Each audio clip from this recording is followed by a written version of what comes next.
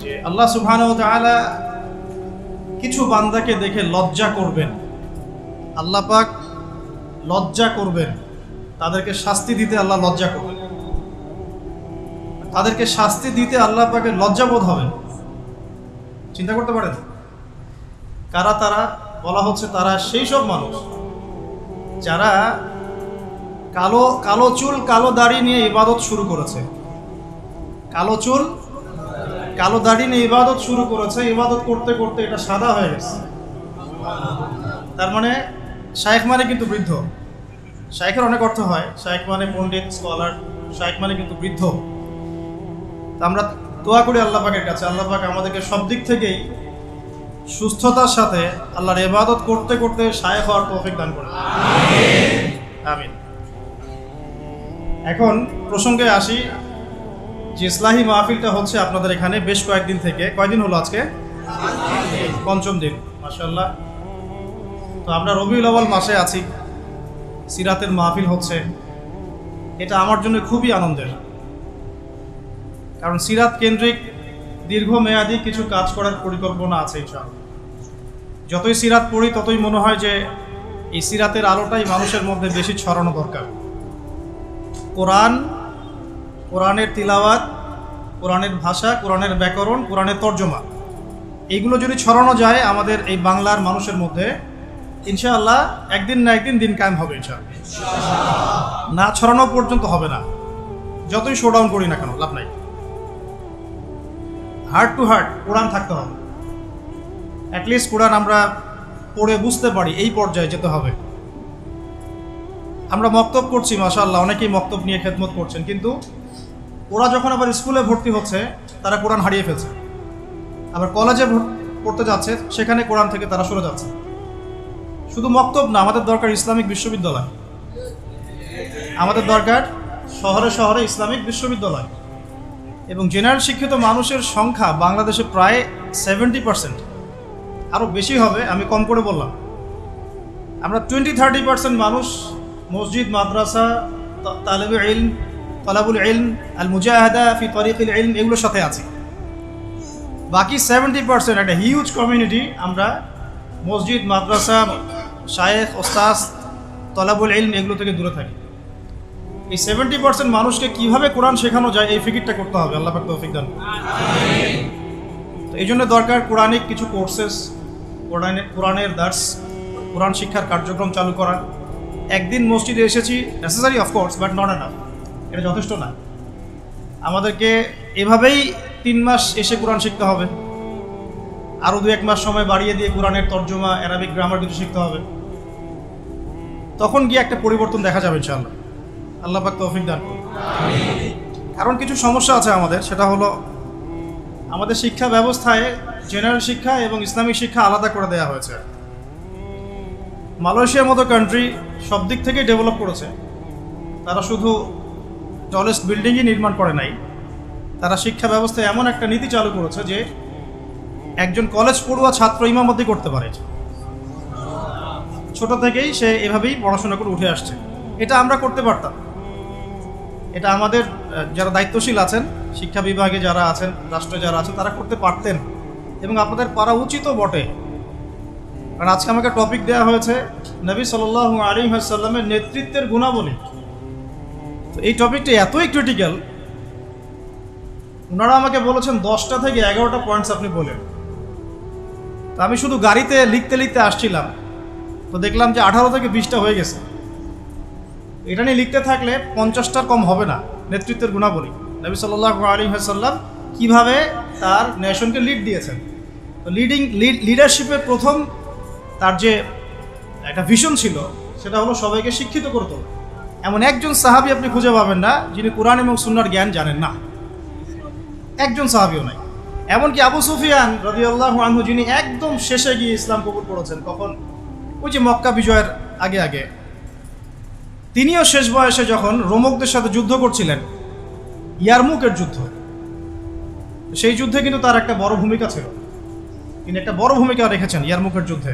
মানে এক পর্যায়ে মুসলিমরা জিতে যাচ্ছিল, কিন্তু রোমকদের পাল্টা আক্রমণে মুসলিমরা ছত্রভঙ্গ হয়ে পড়ে এবং মুসলিমদের রমণীদের যে খেমা আছে, মানে তাবু, এই পর্যন্ত কুফার সৈন্যরা চলে আসছিল।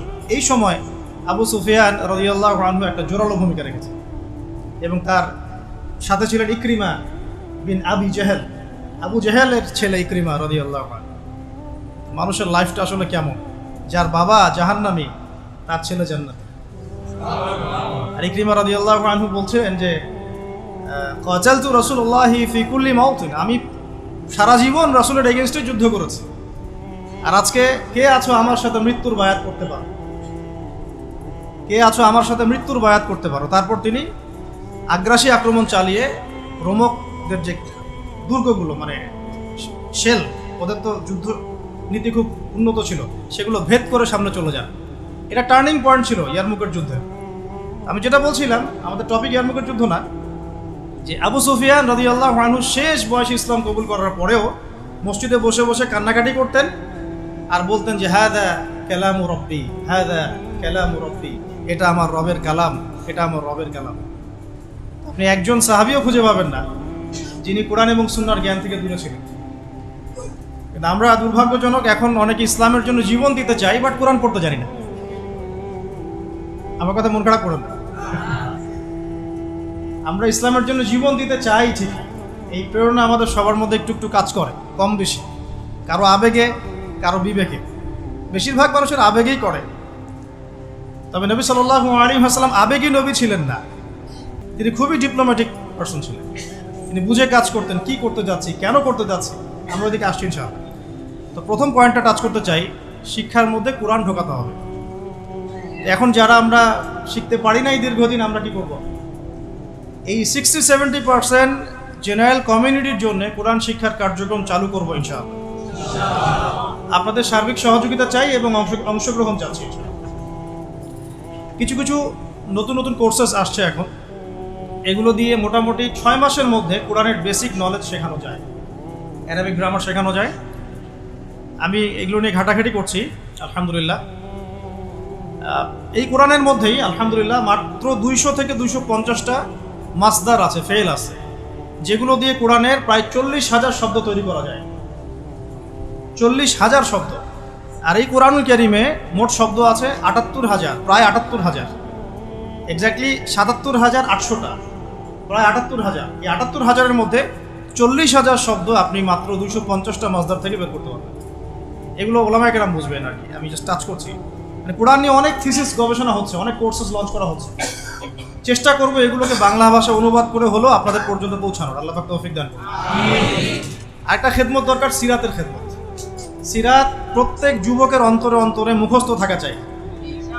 সিরাতের খেদমত শুনেই আমার ভালো লাগছে, যেখানে সিরাতুন নবী সাল্লাল্লাহু আলাইহি ওয়াসাল্লাম কেন্দ্রিক আমরা আলোচনা করছি।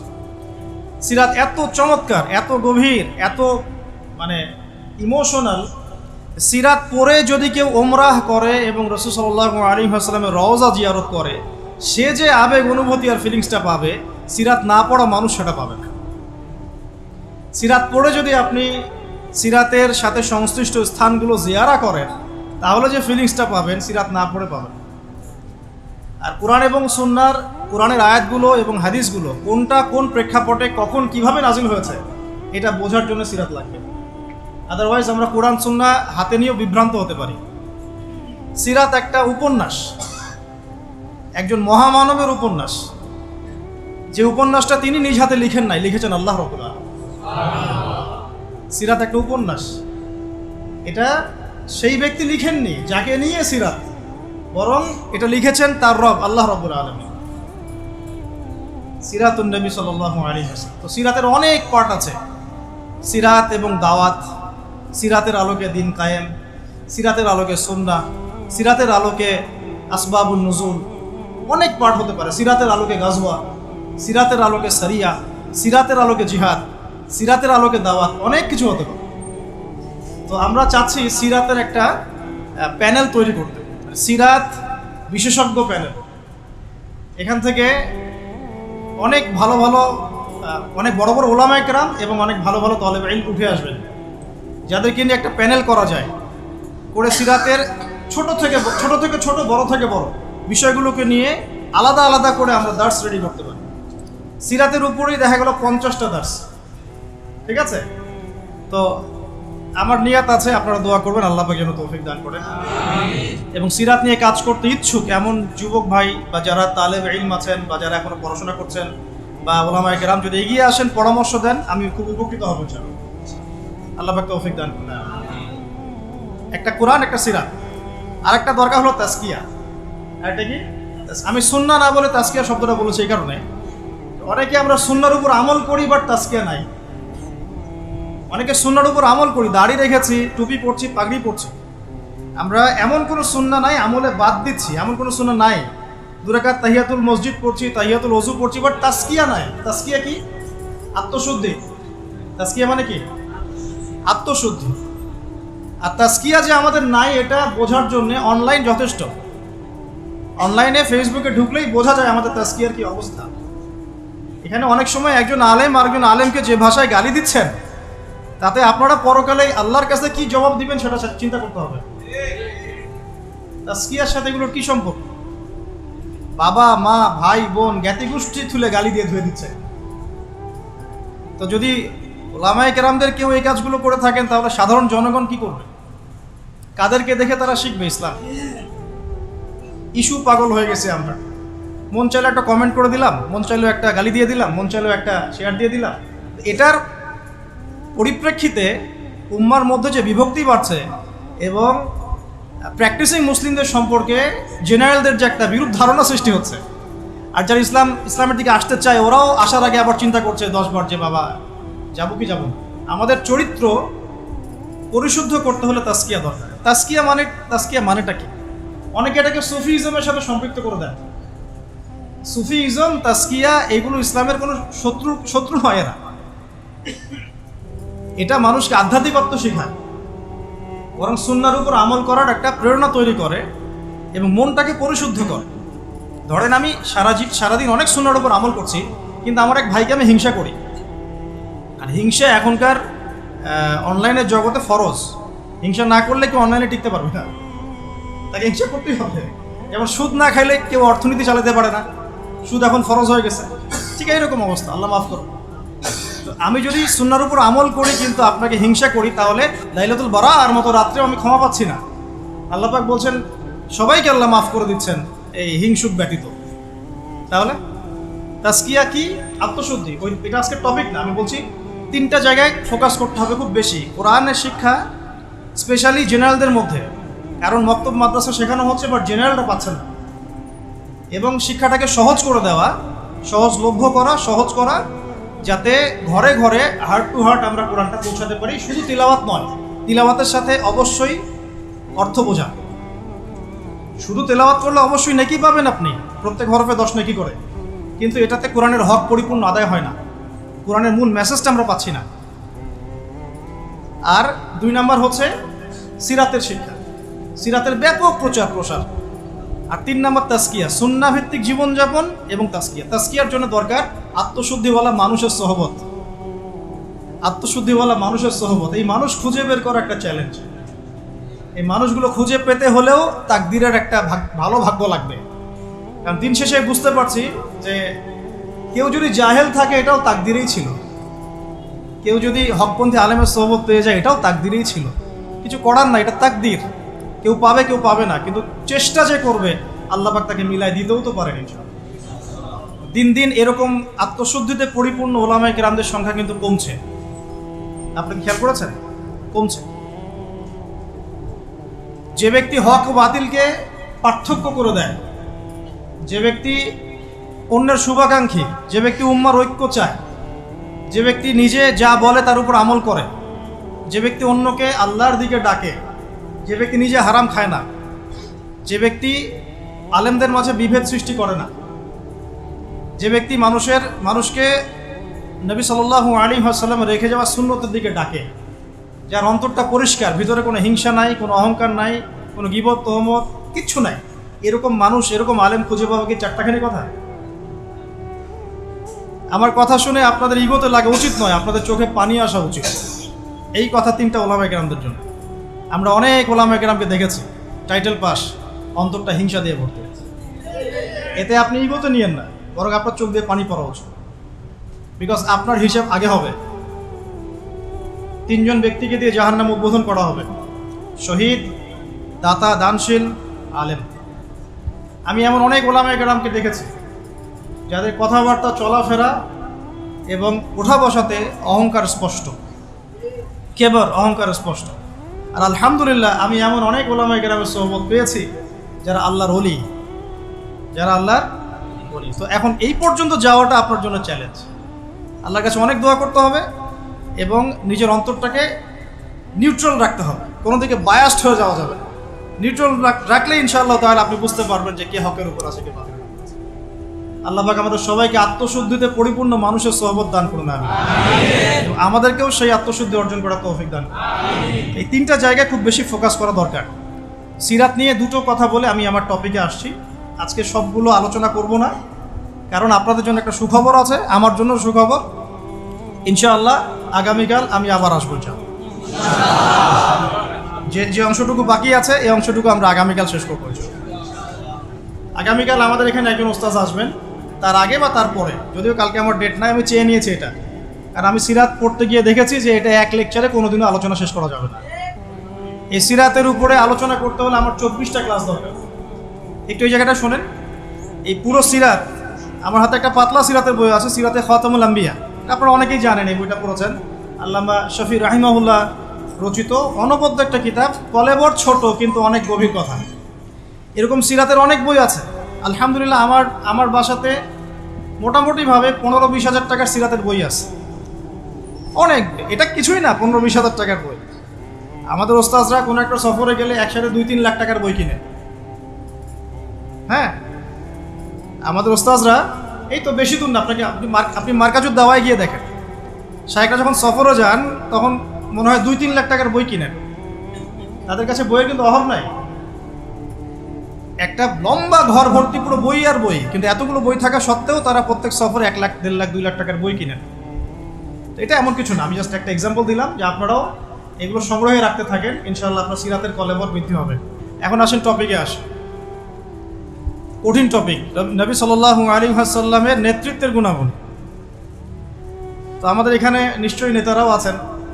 নেতা বলতে শুধু রাজনৈতিক নেতা বোঝাচ্ছি না, পরিবারের নেতা, মসজিদের নেতা, এই মার্কেটের নেতা, অর্থনীতির নেতা, এবং অবশ্যই আমাদের সম্মানিত পলিটিক্যাল নেতৃবৃন্দ তো আছেন। তো লেকচারটা সবার জন্যই। আল্লাহ পাক আমাদের সবাইকে মনের কান দিয়ে শোনার তৌফিক দান করুন। সোজা কথায় আসি। নবী করিম সাল্লাল্লাহু আলাইহি ওয়াসাল্লাম নবী হওয়ার আগে তিনি যে গুণাবলীগুলো অর্জন করেছিলেন, এই গুণাবলীগুলো আমরা অনেক সময় পাশ কাটিয়ে চলে যাই। আমরা আলোচনা শুরু করি নবী সাল্লাল্লাহু আলাইহি ওয়াসাল্লাম নবী হওয়ার পর থেকে। আদতে নেতৃত্বের গুণাবলীর পয়েন্টটা যদি নিয়ে আসতে হয়, আমাদেরকে এখান থেকে আলোচনা শুরু করতে হবে। নবী সাল্লাল্লাহু আলাইহি ওয়াসাল্লাম নবুয়ত পাওয়ার আগে কেমন মানুষ ছিলেন। একটা হাদিস থেকে আমরা এটা বুঝতে পারি। এটা সহিহ বুখারীর প্রথম খণ্ডের ওহী অধ্যায়ের মধ্যে আছে, এবং খাদিজা রাদিয়াল্লাহু আনহা এখানে অনেকগুলো কথা বলেছেন। হাদিসটা অনেক লম্বা, আপনারা বাসায় গিয়ে একটু দেখে নিয়েন। আমি খুব শর্ট করে মূল জায়গাটা বলছি। আল্লাহ নবী সাল্লাল্লাহু আলাইহি ওয়াসাল্লাম যখন ওহী প্রাপ্ত হলেন, আপনারা জানেন উনি ভয় পেয়েছিলেন। জিবরাইল আলাইহিস সালাম এসে তাকে বলেছিলেন, ইকরা, আপনি পড়ুন। তিনি বলেছেন, মা আনা বিকারি, আমি তো পড়তে জানি না। তখন বলা হচ্ছে পড়ুন। আবার বলছেন, আমি তো পড়তে জানি না। চেপে ধরা হচ্ছে, ছেড়ে দেওয়া হচ্ছে, চেপে ধরা হচ্ছে, ছেড়ে দেওয়া হচ্ছে। 3 বার চেপে ধরা হয়েছে। একটু চিন্তা করতে পারি কি না আমরা, যদি কোনো জিনও এসে আমাকে চেপে ধরো তাহলে কি অবস্থা হবে? জিন তো খুব বেশি শক্তিশালী না। আউযু বিল্লাহি মিনাশ শাইতানির রাজিম পড়লেই চলে যাবে, অথবা আউযু বিকালিমাতিল্লাহি তাম্মাতি মিন শাররি মা খালাক পড়লে চলে যাবে, অথবা বিসমিল্লাহিল্লাযী লা ইয়াদুররু মা ইসমিহি শাইউন ফিল আরদ ওয়ালা ফিস সামা ওয়া হুয়াস সামিউল আলিম পড়লে ইনশাআল্লাহ চলে যাবে। এখন ফেরেশতা চেপে ধরলেন, তাহলে তো ব্যাপারটা অনেক কঠিন, অনেক বার্ডেন তার মাথায় তখন ছিল, বুকের মধ্যে ভার। এই অবস্থায় তিনি যখন বাসায় এসেছেন, খাদিজা রাদিয়াল্লাহু আনহাকে তিনি একটা কথা বলেছেন, খাশিতু আলা নাফসি, আমি আমার নিজের নফসের উপরে ভয় পাচ্ছি। আপনারা পড়ে দেখেন, সহিহ বুখারীতে আছে প্রথম খণ্ডে ওহী অধ্যায়। এই জায়গায় খাদিজা রাদিয়াল্লাহু আনহা 4টা থেকে 5টা বাক্য বলেছেন তার সম্পর্কে। 1, আপনি এতিমের দেখাশোনা করেন। 1, আপনি বিধবাদের খোঁজ খবর নেন। আপনি মুসাফিরদের খাবার দেন, হ্যাঁ, আপনি অসহায়ের পাশে দাঁড়ান, আল্লাহ রাব্বুল আলামিন আপনাকে ধ্বংস করবেন না ইনশাআল্লাহ। তিনি কিন্তু নবী এইমাত্র হলেন, আর এই কথাগুলো নবুয়তের আগের চারিত্রিক বৈশিষ্ট্য ব্যাখ্যা করছে। নবী সাল্লাল্লাহু আলাইহি ওয়াসাল্লামের বয়স তখন 40, বিয়ে হয়েছে 25-এ। 25 থেকে 40 কত হলো? 15 বছর। এই 15 বছরে খাদিজা রাদিয়াল্লাহু আনহা দেখেছেন নবী সাল্লাল্লাহু আলাইহি ওয়াসাল্লাম মিসকিনদের পাশে থাকেন, তিনি এতিমের দেখাশোনা করেন, তিনি বিধবাদের খোঁজখবর নেন, মুসাফিরদের অন্নদান করেন, মিসকিনদের পাশে থাকেন। মানে তিনি কারো প্রতি জুলুম করেন না, তিনি খুবই মানবিক একজন মানুষ এবং তার চারিত্রিক বৈশিষ্ট্য অনন্য সুন্দর। ইনশাআল্লাহ আল্লাহ আপনার কোনো ক্ষতি করবেন না, এটা তার স্ত্রী তাকে বুস্ট আপ করলেন পিছন থেকে। এখন নবুয়তের আগের এই গুণাবলীগুলো কি আমরা অর্জন করতে পেরেছি? নবুয়তের আগের এই চারিত্রিক গুণাবলীগুলোই কি আমাদের নেতৃবৃন্দের মধ্যে আছে কিনা? নেতৃবৃন্দ বলতে আমরা সবাই বোঝাচ্ছি মনে করেন, আমাদের মধ্যে আছে কিনা? আমরা সবাই কোনো না কোনো জায়গার দায়িত্বশীল, বাড়ির বা মসজিদের বা ব্যাংকের বা অর্থনীতির বা রাজনীতির। এখন এই যে এতিমের দেখাশোনা করা, বিধবাদের পাশে থাকা, মিসকিনদের খোঁজখবর নেওয়া, মুসাফিরদের অন্ন দেওয়া এবং দুর্বলদের সাহায্য করা, এটা আমাদের মধ্যে আছে কিনা? নবী তিনি এখনো হন নেই, কেবল হলেন। নবুয়তের আগের গুণাবলী নবীজি বলছেন, ইন্নামা বুইসতু লিউতাম্মিমা মাকারিমাল আখলাক, আমি উত্তম চরিত্রকে পূর্ণতা দেওয়ার জন্যই প্রেরিত হয়েছে। বাস্তবতা দেখেন, নবী হওয়ার আগে আমাদের নবী সাল্লাল্লাহু আলাইহি ওয়াসাল্লামের যে চারিত্রিক বৈশিষ্ট্যগুলো ছিল, আমরা হতভাগা উম্মাহ, আমরা এখনও মুসলমান হয়েও, মুসলমান ঘরে জন্ম নিয়েও, কোরআন হাতে পেয়েও, হাদিস হাতে পেয়েও সেই গুণাবলী অর্জন করতে পারছি। অগণিত মুসলমান জিনা করে, অগণিত মুসলমান সুদ খায়, অগণিত মুসলমান ঘুষ খায়, অগণিত নেতৃবৃন্দ দুর্নীতি করেন। সবার কথাই বলছি, আমরাও দুর্নীতি করি। যেমন আমরা যে লেকচার দিতে বসেছি, আমি যদি আমার হক আদায় না করি, এটাও আমার ইলমের উপর দুর্নীতি হবে কি না? কারণ আমাকে যদি কোনো প্রশ্ন করেন যে প্যালেস্টাইন এখন যে ইস্যু চলছে, এটার কি জবাব হবে, আর আমি যদি আমার স্বার্থ চিন্তা করে পাশ কাটিয়ে ডানে বামে অ্যান্সার দিই, দুর্নীতি করলাম ইলমের সাথে।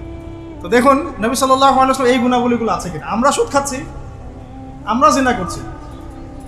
আপনি 5% মানুষ খুঁজে পাবেন না এখন যারা সুদ খায় না, কোনো না কোনোভাবে আমরা রিবার সাথে জড়িত। আর যারা ইকোনমিক্স নিয়ে পড়াশোনা করেন, ওই আলেমদেরকে জিজ্ঞাসা করবেন, যারা ইকোনমিক্স নিয়ে পড়াশোনা করেছেন এমন আলেমকে জিজ্ঞাসা করবেন পেপার মানি, ইলেকট্রনিক মানির মধ্যে রিবা আছে কি নাই। যাদের মধ্যে এই জ্ঞান নেই ওদেরকে জিজ্ঞাসা করে লাভ নাই, তারা বলবে খারেজি। কি বলবে? তারা বলবে খারেজি হয়ে গেছে।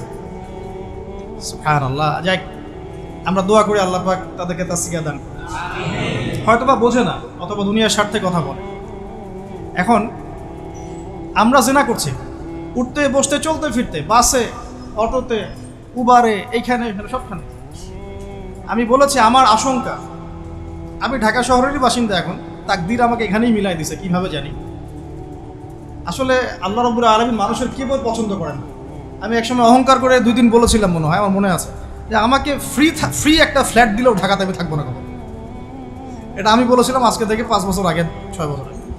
আল্লাহ রাব্বুল আলামিন হয়তো এই কথাটা পছন্দ করেন, কারণ আল্লাহ পাক কারো কেবল অহংকার এরকম শক্ত কথা পছন্দ করেন না, মেবি, আল্লাহ ভালো জানেন।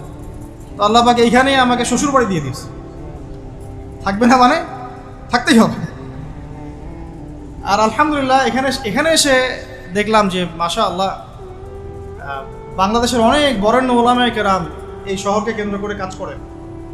তাদের সোহবত যদি না থাকতো আমি শহরে থাকতাম না, তাদের সোহবত যদি না থাকতো এই শহরে হয়তো আমি থাকতাম না। তবে তারা এই শহরের যান্ত্রিক জীবন থেকে দূরে থাকেন, কারণ যান্ত্রিক জীবনে আপনি আল্লাহর নূর মারেফত বুঝতে পারবেন না। তারা যদি এইরকম বিজি লাইফ লিড করতেন তাহলে আমরা এরকম কিতাবগুলো পেতাম না। খুব খেয়াল করে দেখবেন এখানে জন্ম নিয়ে কতজন আলেম হয়েছে, এই শহরে জন্ম নিয়ে বাই বর্ন ঢাকায় জন্ম নিয়ে কতজন আলেম হয়েছে, যারা ওলামায়ে কেরাম তারা বাহির থেকে এসে এই শহরকে আলোকিত করছেন। বুঝতে পারছেন কি বিষয়টা? এখন দেখুন আমরা সব জায়গায় জেনা করছি। আমার আশঙ্কা ঢাকা শহরে যদি কোনো বড় ভূমিকম্প হয় বা ছোটও হয়, জেনার পাপের কারণে হবে। আল্লাহ পাক আমাদেরকে হেফাজত করুন। আর আমি আজকে আরও বেশি কনসিয়াস এবং ভয় পাচ্ছি এই কথাটা বলতে, যে যদি আল্লাহর কোনো গজব চলে আসে তখন ভালো মন্দ কোনো মানুষ ছাড় পাবে না। আমরাও ছাড় পাবো না, ভালো মানুষ মনে হয় ছাড় পাবো এমন না। কারণ আজকে সকালে আমি একটা কিতাব পড়ছিলাম, আল্লামা হুসাইন আহমদ মাদানী রাহিমাহুল্লাহ, আপনার নাম শুনেছেন নিশ্চয়ই, ওলামায়ে দেওবন্দের একজন নক্ষত্র। তার একটা কিতাব আছে শেষ খলিফার পদধ্বনি, পড়েছেন? শেষ খলিফার পদধ্বনি, ইমাম মাহাদিকে নিয়ে লিখেছেন উনি, মাশাআল্লাহ। এই কিতাবটার পাণ্ডুলিপি পাওয়া গেছে প্রায় 75 বছর পরে, হারিয়ে গিয়েছিল এটা। কারণ তাকে ওই ইতালির পাশে মাল্টা একটা জায়গা আছে, ওখানে ব্রিটিশরা নির্যাতন করেছিল নিয়ে গিয়ে, ওইখান থেকে হারিয়ে গেছে বইটা। যাই হোক, ওইখানে তিনি একটা হাদিস এনেছেন যে যখন ইমাম মাহাদির হাতে বায়াত নেওয়া হবে, জায়গাটা হচ্ছে হাজারে আসওয়াদ, দেখেছেন হাজারে আসওয়াদ, কাবাগড় এই কর্নার হাজারে আসওয়াদ, রুকনে ইয়ামানি না, কিন্তু অনেকে রুকনে ইয়ামানিকে হাজারে আসওয়াদ মনে করে। হাজারে আসওয়াদ এবং এই যেখানে আছে মাকাম ইব্রাহিম, এর মাঝখানে বায়াত নেওয়া হবে। আর বায়াত নেবেন কতজন জানেন? 313 জন। 313 জন। বদরি সাহাবি 313, তালুতের বাহিনী 313, এখানেও 313। বায়াত যখন নেওয়া হবে, শাম থেকে তখন একটা দল আসবে তাদের বিরুদ্ধে যুদ্ধ করতে। নবী সাল্লাল্লাহু আলাইহি ওয়াসাল্লাম বলেছেন, শামের ওই বাহিনীকে মক্কা মদিনার মাঝখানে বাইদা নামে একটা জায়গা আছে, এখানে ধসিয়ে দেওয়া হবে। আয়েশা রাদিয়াল্লাহু আনহা বলছেন, তখন তো অনেক সাধারণ মানুষও থাকবে। নবীজি বললেন, সবাইকে ধসিয়ে দেওয়া। এখান থেকে একটা দলিল আনা হয়েছে, ওখানে আল্লাহর গজব চলে আসলে ভালো মন্দ সবার উপরেই আসবে। এরপর কিয়ামতের দিন নিয়াত অনুযায়ী মানুষকে ওঠানো হবে। আল্লাহ পাক আমাদেরকে আল্লাহ পাকের গজব থেকে হেফাজত করুন, আমাদেরকে ইসলাহ এবং সংশোধন দান করুন, আমাদের নেক হায়াতে আল্লাহ বরকত দান করুন। আল্লাহ পাকের গজব আসে এমন কাজে লিপ্ত হওয়া থেকে আল্লাহ পাক হেফাজত করুন। নবুয়তের আগের ক্যারেক্টার আমরা অর্জন করতে পারিনি, এই পয়েন্টে ছিলাম। জেনা প্রচুর হচ্ছে, স্পেশালি ইয়াং জেনারেশনের দিকে। আল্লাহ পাক আমাদেরকে জেনা থেকে বাঁচিয়ে রাখুন। আর মেয়েদের কথা তো বলার অপেক্ষা নাই, কি অবস্থা, কি অবস্থা, আমাদের শহরের মেয়েদের কি অবস্থা, আমাদের মা বোন স্ত্রীদের কি অবস্থা। আমরা আল্লাহর কাছে কি জবাব দিব? আমরা কেউই চোখের পথ থেকে মুক্ত নই। আর যারা অনলাইনে বিচরণ করি তারা তো মোটেই না। আমরা আল্লাহর কাছে আসলে কি জবাব দেব? ও মার্কেটেই আছি তো বসে, আমরা তো মার্কেটেই বসে আছি। সুবহানাল্লাহ, মার্কেট মানে এখন মহিলা, মার্কেট এখন ছেলের চেয়ে মহিলা বেশি। মানে আমরা কামাই রোজগার করে বাসায় গিয়ে টাকা ধরিয়ে দিয়ে যাও। আল্লাহ পাক আমাকে ইসলাহ দান করুন, আপনাদের সবাইকে ইসলাহ দান করুন। প্রথম কথা, নবী সাল্লাল্লাহু আলাইহি ওয়াসাল্লামের নবুয়তের পূর্বের জীবনের যে আখলাক, সে আখলাকটা অর্জন করতে হবে। এটা হচ্ছে নববী নেতৃত্বের প্রথম শর্ত। করা যাবে ইনশাআল্লাহ? তাহলে আমরা এখন বেসিক কিছু কাজ করব। দেখুন, মুসলমানের দোকানে আমরা যেতে মাঝে মাঝে ভয় পাই, ঠকায় দেয় কিনা। একজন হিন্দু ভাইয়ের দোকানে গিয়ে আপনি দুধ কিনতে কমফোর্ট ফিল করেন, ও দুধে পানি মেশায় না। হ্যাঁ, অনেক সময় এমন হয়, সব সময় না হলে অনেক সময় এমন হয়। তাহলে আমরা যদি আমাদের আখলাক ঠিক না করতে পারি, তাহলে এই বড় বড় কথাগুলো আসলে কোনো কাজে দিবে না। আল্লাহ পাক আমাদের সবাইকে ভিতর থেকে সৎ হওয়ার তৌফিক দান করুন। এতিমের দেখাশোনা করা যাবে ইনশাআল্লাহ? বিধবাদের দেখাশোনা। অনেকে ফ্যান্টাসিতে ভোগেন, 4টা বিয়ে করবেন, তো একজন বিধবাকে বিয়ে করে দেখান, তাই না? আমাদের তো মাশাআল্লাহ অনেক ফ্যান্টাসি অনেকের মধ্যে, 4টা করবো 4টা বিয়ে। তো একজন বিধবাকে করে দেখান, একজন তালাক প্রাপ্তাকে করে দেখান, একজন এতিমকে করে দেখান, তারপরে বোঝা যাবে যে ইসলাম কতটুকু বুঝেছেন। আচ্ছা, মিসকিনদের পাশে থাকা, অসহায়ের পাশে থাকা, মাজলুমের পাশে থাকা, মুসাফিরদের খেদমত, এই কাজগুলো আমরা করতে পারবো ইনশাআল্লাহ। আল্লাহ পাক এরকম সোশ্যাল ওয়ার্কগুলো করার তৌফিক আমাদের সবাইকে দান করুন।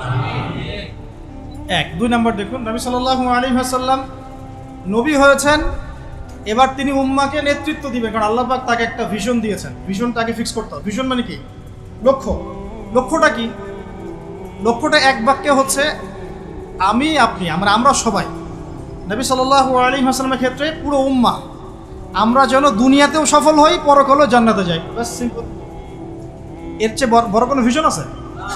আমাদের ভিশন 2টা। এক, কোরআন সুন্নাহ রাসূলের সিরাত তাজকিয়া এগুলোকে নিয়ে যেন আমরা দুনিয়াতে সফল হই, পরকালে জান্নাতে যাই। বাস, এতটুকুই।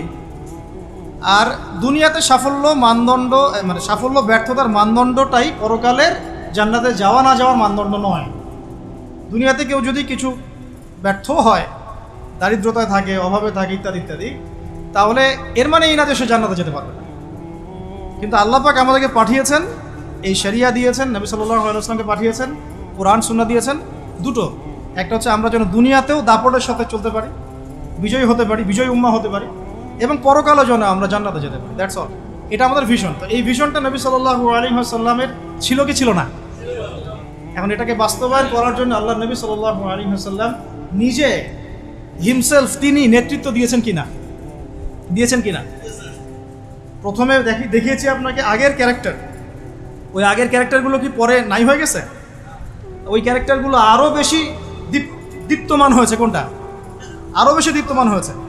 এখন ওহী আসার পরে নবী সাল্লাল্লাহু আলাইহি ওয়াসাল্লাম প্রথম যেটাতে ফোকাস করলেন সেটা হলো ইলম অর্জন করা এবং অন্যকে ইলম শেখানো। আল্লাহ নবী সাল্লাল্লাহু আলাইহি ওয়াসাল্লাম আল্লাহর কাছ থেকে ইলম শিখছেন। এটা ইলম না কোরআন? এটা ইলম নয় কি? এটা আল্লাহর পক্ষ থেকে দেয়া ইলম, ওহী, এবং এর সাথে হিকমা দেওয়া হয়েছে, মানে সুন্নাহ।